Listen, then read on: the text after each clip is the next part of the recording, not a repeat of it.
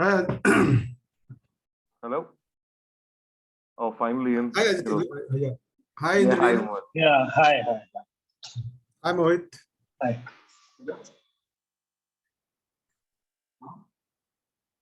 Yeah. Yeah, hi, Chandan. Yeah.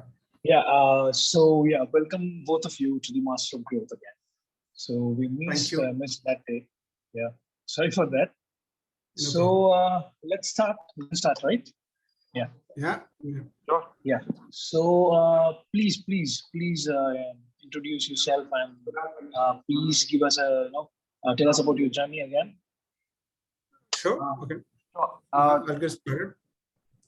So I myself Chandan Sawera. I'm the CEO and founder, co-founder for Urbantribe.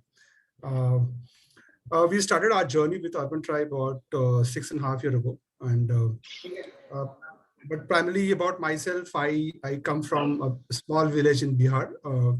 My early schooling and 10 years of my life has been spent in a village by the name Patori, which is in Darbhanga district there. After that, I moved to a city called Muzaffarpur, and from there on, I did my engineering from NIT Surat, and after that, my corporate journey started from Bombay Godrej. Did my MBA from MDI Gurgaon, and after that, my journey had been in retail and brand. I joined Shopper Stop in 2000, and after that, I headed the brand by name Portico New York. If you have heard of, it's a leading home furnishing brand. After that, I took care of sports division in Future Group, which included, I was country head for brands like Converse, Umbro, Champion, Wilson and Spalding. And finally, this entrepreneur journey. So entrepreneur bug hit us hard, and this is where we are. So, and this is the journey. Okay. So talking about that entrepreneurship again. So could you please tell us about your company and what are you deal with, and let's say what are you.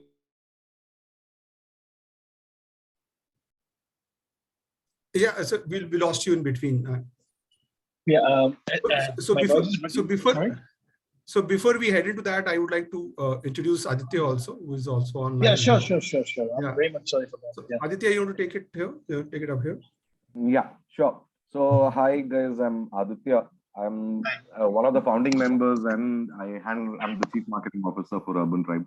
I come from an advertising background, and then I made the jump over to the client side in Mahindra. I was again one of the early team members of Club Mahindra, so we behind marketing the brand and taking it across the country.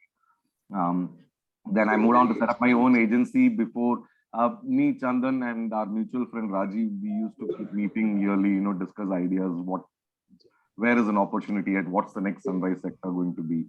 So in one of those meetings, when we chanced upon the idea of Urbantribe as we know it today. Yeah, and finally, yeah. Right. Sure. So Chandan, while he was heading the sports category of Converse Umbro Champion, he was seeing a pattern where backpacks, even though it was a very small portion of his overall business, it was showing consistent growth year on year.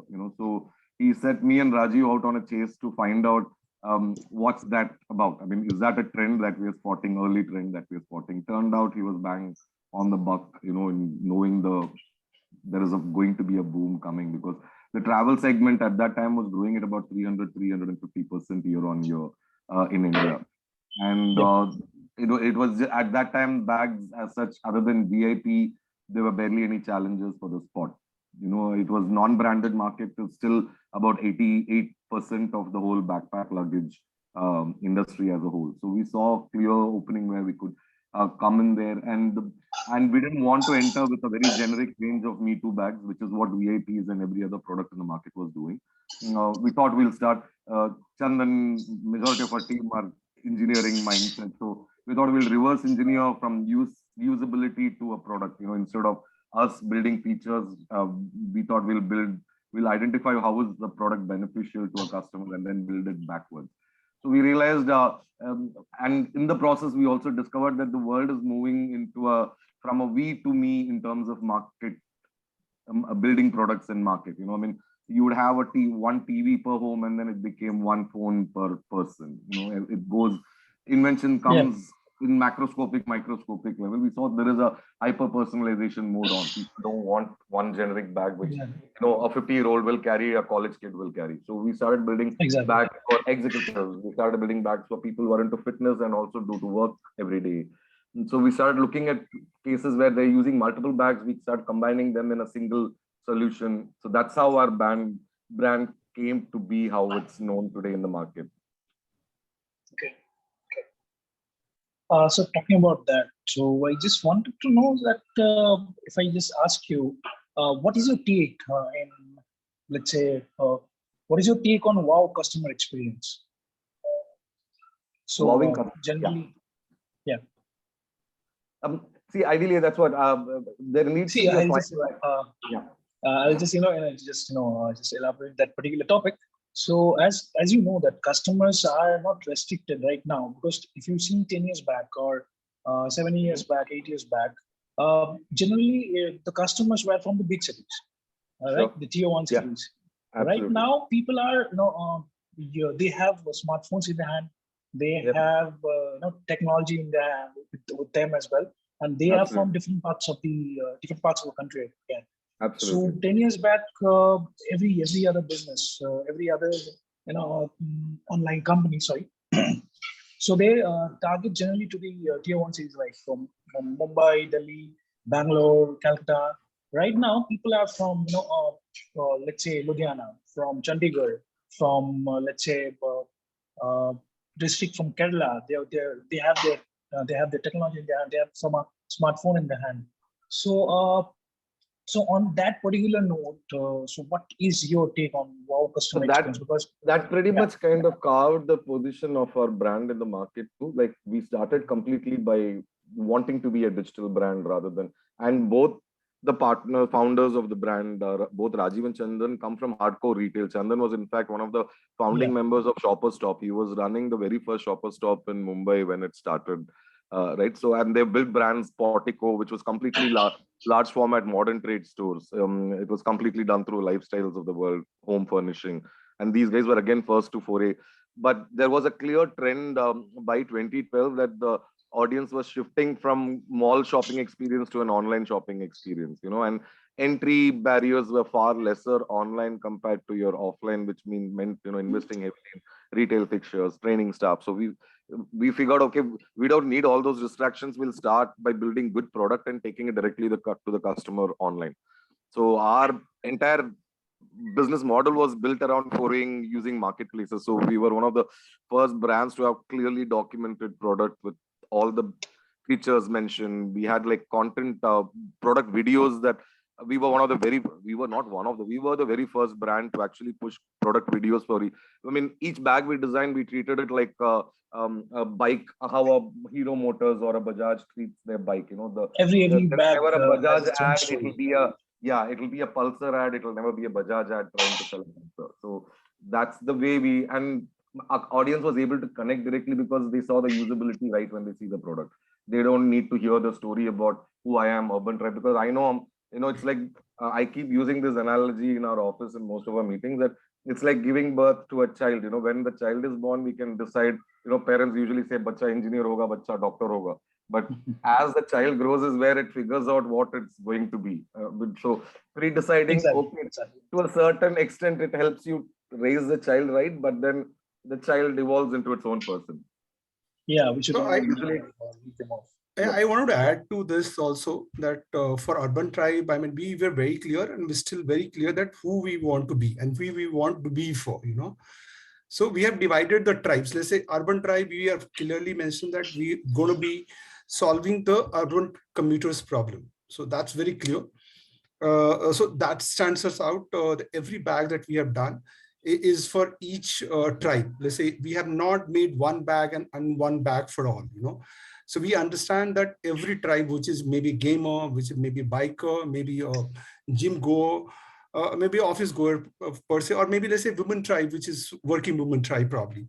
So everybody has a different requirement from their travel accessories, So we are very particular about what solution we give it to them. So we are first we are trying to understand their problem, design and give them solution in terms of travel accessories, and give them those solutions. So one bag is very different from another. And that's how we solve the problem. So we have divided our tribes and communities, that we call it, and that's why we kind of build our tribe. Tribe can be different. You may be, let's say, you are running a podcast company, but you probably maybe want to go to the gym also, probably. Yeah, or maybe you're a musician, probably. Your requirement will be different than mine, maybe. So that's how we have kind of, that's how we stand out, and probably that's the way the market also going to move around, and it's not going to be one bag for all. So if you want to ask me that what is the wow, what is, yeah. So our bag the per se is high for different type of customers, right? Yeah. The pricings, I'm talking about the pricings, which are affordable to everyone from different community. If a biker or office goer, or let's say a boy who is in his or her, let's say 16 or 18, right? So I think that you were asking about how we have done the pricing. Is that so? Yeah. Okay. So if you ask me, we are here for mass premium. If you ask me, we are not in the luxury. We are not unbranded stuff. So, and then we are giving solution to the people. So we are in middle out there in terms of pricing. So we are doing the correct pricing, if you ask me, and which let's say today Indian diaspora, which is in urban setting, should be easily able to afford. Okay. So, so talking about Urbantribe, as you already said that, yeah, you had your very good team of people you were working with. So, when you were, when you are finding your initial team, so how do you do it, and how you scale up, how you scale them as well? And right now, how many of them are you right now with you guys? Okay. So I tell you, before I get into this, as you understand that I was heading the sports division in Future Group, and I understand that industry pretty well, which I keep giving analogy to the whole team. And is that so long over 20 years ago, I mean, only 2 pair of footwear would have been good enough for anybody. Today, yeah, exactly. 20 is also not good enough. Similar is the case with the bags, so only backpack was getting used by school kids, about 20 years ago. Today, it's not, exactly. And it used to be taboo about 10 years back, using a backpack. Yeah, it was a taboo actually. So people, they had their stereotypical way of thinking that if I'm going to the office, I have to have a side bag. Absolutely. Right? So right now it has been changed a lot, and absolutely, that taboo, I believe that's not taboo again right now. So yeah, so that has gone now. So industry is on a growth path, as Aditya was mentioning. Let's discount these last 2 years. So if you can erase our memory from these 2 years from our memory, that'd be great. True. But this has given us a great opportunity also, if you ask me, frankly, because incumbent, which is almost about 20,000, 25,000 crore industry, incumbent doesn't have a very big head start right now, because the shelves are empty. So if Urbantribe, as Urbantribe, if I'm able to run faster, I'll be a scale up easily. Now, coming back to the question that how we scaled up, because we identified the problem and we had a good team, if you ask me. I mean, core team was pretty solid, if you ask me. Even today, after 6.5 years, all the team members are there. I mean, who started the company or who joined within 6 months or a year. Even after that, I think our attrition rate is pretty low. I mean, in a year, only few people leave, very hardly anybody leaves. So that has been one strength, that we have been able to attract talent from the industry. And I'd like to jump in here with a quick take. We do something slightly different in terms of building the team compared to the other companies. And that's mainly because, I mean, when a startup is something like, you find one person who can have multiple personalities. Like me as a marketing guy, let's say I was also taking care of product designing, making content for online, writing content, designing ads, banners. And say likewise, Chandan used to handle e-commerce. So each of us took over 3-4 functionalities. I mean, you end up doing 4-5 guys work on your own. So essentially, when we started out, it was just a team of 5 guys, in one room, office in Kandivali. That's how we set out. Okay. And Okay. with the clear goal that the minute we are able to stabilize one function, we are going to hire somebody in that spot and train him to be a self-driven. So we have the concept of social, building more entrepreneurs in our company, encouraging more people to think like a startup person. So to an extent where our digital marketing team today has become a huge company of its own. I mean, it started as a 4-member team that we built internally to run our functions, and they got so good at it that they were able to handle today about 60 clients, and they are doing about 40 crores of business annual, and we are one of their clients. So that's the kind of mentality we try to groom in our team, that each functionality should run independently and expertly on its own, with minimum leakage or no helicopter bossing around. So it did take a few experiments, but you eventually get that right guy who's got the drive to run with that division. So end of the day, you multiply your skills while you multiply the people in your organization, and each function becomes an expertise driven. So two things I think, Aditya, I'll add, but I mean, probably try to put into kind of 2 words. And one is that we had right people, we tried to and nurture them. Second was that we stood true to the brand. We never deviated from the ethos of the brand, which has to be problem solving and being hyper functional. So we have never stayed away from there. We stuck to that. We had an opportunity to do XYZ and earn more money, but we stuck to what brand will stand for and what as a company, as an employee, and we don't call them employee, they are part of the family. We wanted to be true to them. So these are 2 things that kind of has kind of helped us out. During the last 2 years, also during COVID, we didn't ask anybody to go, so everybody's, you can understand the travel related products would have been badly hit. But everybody in the team, remained with us and is still going strong. Yeah, that's really good to hear again.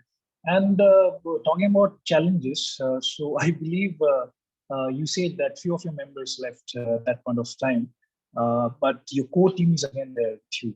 So in this last 6 years, what kind of challenges did you face on what kind of, mainly into what segments did you face those challenges?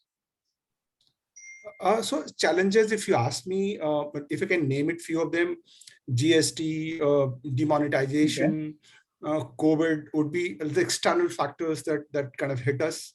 So these were external factors which affected everybody, but as an entrepreneur, as a bootstrapped company, it hit us hard in terms of how do we survive. But primarily because that the team and faith in the brand and faith in the business objectives that we had taken ahead on ourselves was pretty strong. So if you ask me, primarily because of the team and what we believed in has helped us out to kind of overcome all those challenges. So Aditya, if you have anything else to pitch in? Yeah, and one key thing was the product too. We took each of our design as a version, like how a software developer treats its code. It's a version 1 and a version 2. So each bag was, again, right after we get the feedback, we have to be reactive. The minute you launch a product, you have, and online platform gives you that opportunity. People comment on our Amazon page, this product, ye feature hota to acha hota, this is a little bad. So instantly we add extra features real time. We were chasing 5 gold stars on all our products that we launch. So means each bag comes and gets launched with a newer version. So that kind of kept us afloat through all the challenges we saw. Having a steady, very usable, functional product, which also improves on it as it ages, keeps up with the time. So that's like 4 years back, we were one of the first ones to come with an inbuilt charging pocket where you keep your USB. We had done the internal wiring. And the charging port was on the strap, so on the go you can plug in your USB and charge the phone. So we were the very first one. All our older bags got updated with that port inbuilt zipper. So always constantly study what's in the need currently and make updates to your product so that they stay relevant. So that's also a huge factor that helped us. Most of the challenges we overcame because our brand and the product had etched its space, in the market. So on this particular point, I just wanted to know that what is your take on D2C as a market? B2C is there to stay, and then it's going to grow a lot, because we can see that what kind of growth that we are seeing. Our website today actually outsells all the marketplaces put together for me. That's the kind of might that we see, and people has faith in the brand if you stay true to the brand. So D2C space is going to grow, and going to grow multifold actually. So what we are our budgeting that we have done, and we have the plan that we have done, is almost about what would have done last year, almost about 5 times. We expect to achieve that, in this year. Maybe one because of D2C, second because the market has opened up now. Yeah. So, and you already said that your product design and your R&D are very strong again. So would it be right for new hustlers, new startups, and would it make any change for them as well? Come again, please. I mean, I'm sorry. I was talking about you were talking about your products and about the R&D. Okay, so what would be the suggestion for all those new startups, and how do you think that D2C would be helpful for them as well? So what should they do? What should be the suggestion for so them? from my point of view, so what worked for us till date is that our every product is unique.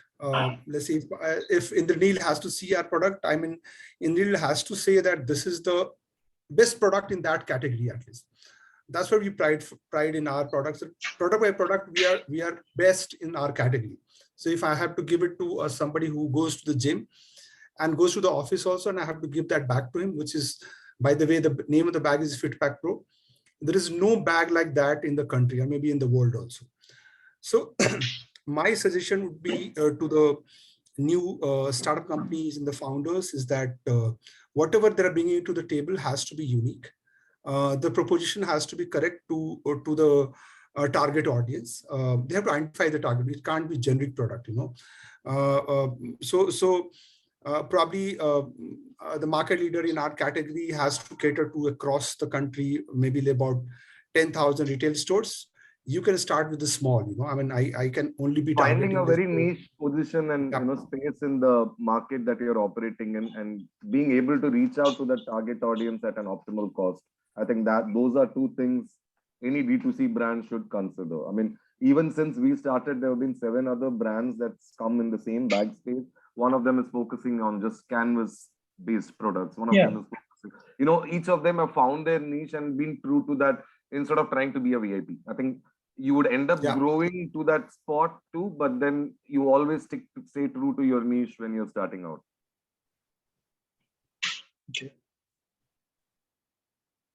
Okay. So any other suggestion to them for them?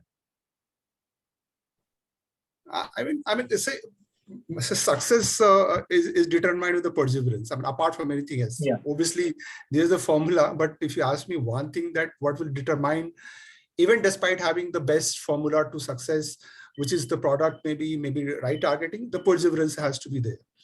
Aditya and I know for sure the last 6 years, obviously, it's never had been a straight line and a straightforward journey. In fact, one of Chandan's favorite dialogue was, if you are in a startup, you have to marry it for 3 years. It's a 3-year commitment. It's never, test kiya, chalo, agla idea jante. So that persistence. And I've been a guy who would always experiment with ideas, see if it succeeds initially, doesn't move on to the next one. It's like a child playing with a toy. Whereas Chandan was the one who kind of taught us, you stick to an idea and then you see the success that comes post it. You keep getting at it. At least for 3 years it takes to build its permanent presence and position in the market. So that's that's one of the core things that became true, that he's committed out of us very early on. It was not an experiment. It was a marriage. It was an investment. At least 3 years you marry a person, after 3 years, if it's still sour, then you decide to part ways. But You commit to it at Okay. least. Okay. Yeah. A dating maybe 3 months, but a marriage is at least 3 years. So a brand was treated in the similar way. I wish I could have, said that same thing to my fiance, uh, but she would have killed me at the first place. So yeah, sure. I mean, in the West, they in fact have their So marriage renewal yeah, vows, right? So on a very periodical level, they renew their marriage vows. So it's kind of revisiting yeah, the spot to recommit. yeah, yeah. So I slightly missed one thing which you were sharing at that point of time, that you believe in bootstrap. Like so what should be the the suggestion for all these new startups when you are talking about funding, or we should stick to the part, or stick to the bootstrap thing, or getting funds from different angel investors, or from any venture capital. And So I- what should be the suggestion? Yeah, so I am very clear on this. And what I saw in the Shark Tank episodes and all, Okay. I came doubly sure, if you ask me frankly, is that it has to be bootstrap. And uh, what everybody says, and probably after starting up, I know that equity is the most expensive thing that you have. So Sure. equity is the last thing that you should be kind of doling out to anybody for that matter. Debt, Exactly. borrowing from friends, borrowing from your suppliers, anything that can happen. But equity is the last thing that you should be giving out. And there is, I'm not saying that it has to be only one formula, but one thing for sure is that any startup, somebody who's starting up, initially 20%, 30% giving away looks very easy, and probably they will get But some money. it's really But at the end of the day, when you make it successful, you sweat it hard, because it's not going to work in a day. I mean, it doesn't work in a day. I mean, any success story takes its own time. I mean, and when it happens rapidly, but it will take its own time. So equity, I would say bootstrap is the right way to go ahead. Starting off, probably a year, 2 year down the line, I can't, put up the timeline here. But after a certain amount of time, they will know that how much equity that they want to part away with. But yeah, bootstrap is the way to go, and skin in the game, for founders also in that way. Okay. Any point, Aditya, should add some points in this as well? No, absolutely, I agree with Chandan. I mean, you would be your first validation of your business, right? I mean, you see a lot of these startups today that want to get funded in the first 3 months of its existence, with no idea where the money is going to come from tomorrow. There's a lot of them. I mean, majority of my time I spent in Bangalore, so I did most of my professional life in Bangalore. So I'm very aware of the startup culture that was built there in your co-working spaces that pops out, and then tomorrow, $2 million, but they still, most of them still don't have clue where the first dollar is going to come from. So unless you get market validation, see the multiples, how much your investment is able to multiply on the path that you've taken, the product that you're building, I don't see why you should burn somebody. I mean, end of the day, it's your reputation that you're burning, not just the investment. True. So yeah, it was nice talking to you guys again. So thanks again for sharing your journey and your thought process again. I believe it would again help with all the new startups, new hustlers again. And I definitely write those points again. So if I or have any plan in future again, I'll definitely apply all those things. So yeah, it was nice talking to you guys again. Thank you. Yeah, thanks. Yeah, thanks for having us, Indranil, on this podcast. Thank you very much. We had a very good discussion here. Yeah, enjoyed it. I really like the other content on your page too. I've been going through it the last couple of weeks since we made first contact. I think this is a pretty cool space to have online. I mean, a lot of entrepreneurs can learn a lot more from listening to different industries, the strategies applied. I think it's a wonderful, and India has got this immense potential in the future. Exactly, It's going to be a birthplace of entrepreneurs. I mean, that's how it look potential, the untapped potential that we've got. And I guess the only way to go get there is by helping each other. You guys are giving the platform to do that. I think that's absolutely wonderful. Thank you.